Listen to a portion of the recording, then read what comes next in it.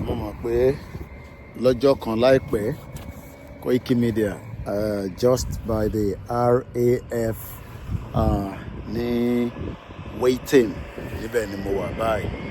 Gbogbo wa tá bá ní a fẹ́ Yorùbá country irú nǹkan tí mo fẹ́ kí a máa ronú sí leléyìí pé lọ́jọ́ iwájú káwa ní àwọn military, air force, navy tó lè protect wa, tó lè defend wa against invaders, against àwọn tí wọ́n láníyàn láti wá ṣe jàǹbá fún wa.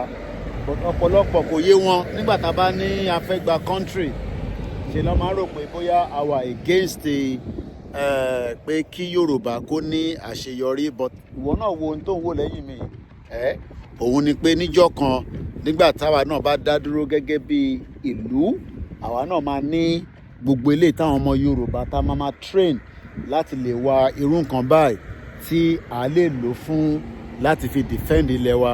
But èmi mọ̀ pé kò yé ọ̀pọ̀lọpọ̀ tó ń pè ní pé kí Yorùbá kó dá dúró.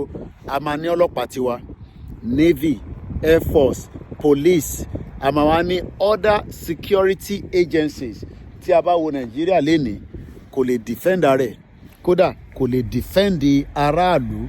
So kí láǹfààní Nàìjíríà, ìlú tó lè defend rẹ̀, kí o ní à ń pọ́nlé nígbà tá a bá ní ká dá dúró. Ọ̀pọ̀lọpọ̀ yín ẹ máa wà against ẹ̀. But níjọ́ kan mo rò pé a máa ní ọ̀pọ̀lọpọ̀ àwọn pilot tí wọ́n máa protect gbogbo ilẹ̀ Yorùbá against àwọn Fúlàní àtàwọn foreigners tí wọ́n fi gbalẹ̀ mọ́ wa lọ́wọ́. Orúkọ tèmi náà kò tí ì yí padà, òun náà ni ẹ mọ̀ sí ọmọ yín, olólùfẹ́ yín, Ọláyọmí Koiki, tí gbogbo èèyàn mọ̀ sí Koikimedia, bringing the world closer to your doorstep. Irú nǹkan tá a máa rí leléyìí nígbà tí a bá délẹ̀ wa tán, but kò ní yé yín nítorí pé ẹ tí ì ní understanding ẹ̀.